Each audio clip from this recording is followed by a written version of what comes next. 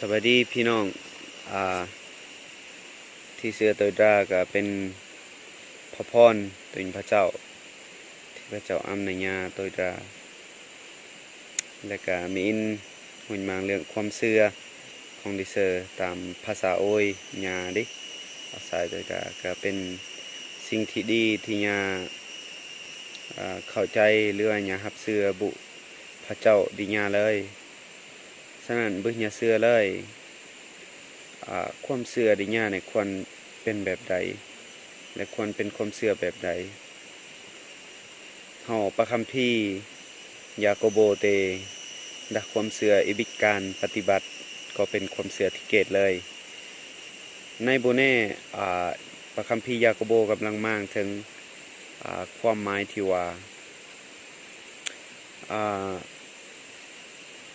ความเชื่อที่แท้จริงจะต้องแสดงออกเป็นการปฏิบัติดักความเชื่ออิบิผลเป็นการปฏิบัติก็แสดงว่าความเชื่อเป็นความเชื่อที่เกตเลยอิงเปียบเฮาห่างกายเฮาจักมาดิเซอร์แล้วก็เป็นแบบจักมาอิบิเพลด้วยเลยมาเพลแระเลยว่าซั่นซะฉะนั้นญาผู้เป็นก้นของพระเจ้าผู้ที่ญาล้อพระเจ้าเลยญาควรบิดความเสื่อและบิดการปฏิบัติเป็นผลของพระวิญญาณที่กู้ปุญญาตักความเสื่อผู้ใดก็ถึงว่าสิเป็นอาจารย์เป็นผู้รักผู้ใหญ่ก็ตามและอิงบิดการปฏิบัติตามพระคำของพระเจ้าก็แสดงว่าความเสื่อได้อิงเกตเลยเด้อีเดมบิกอีหยังในตัวของเองเพียงแต่ห่างกายที่อิบิจิตวิญญาณซื่อๆคล้ายๆภาษา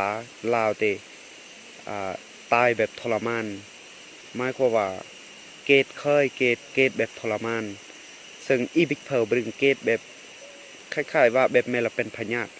แบบแม่ละป่วยฉะนั้นความเชื่อของลิเซอร์ไปเดดาเซอร์เตบิกความเชื่อหรือดา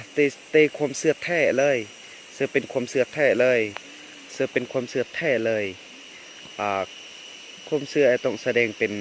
การปฏิบัติอยู่เสมอฉะนั้นมีหนึ่งก็คือออไซด์เมื่อบิดความเชื่อผลของพระวิญญาณเก่าอย่างซึ่งแสดงออกเป็นผลของความเชื่อแสดงออกด้วยการปฏิบัติเสือต้องเบิ่มเสือต้องให้สมกับความเชื่อดัเสือเตเสือพระเจ้า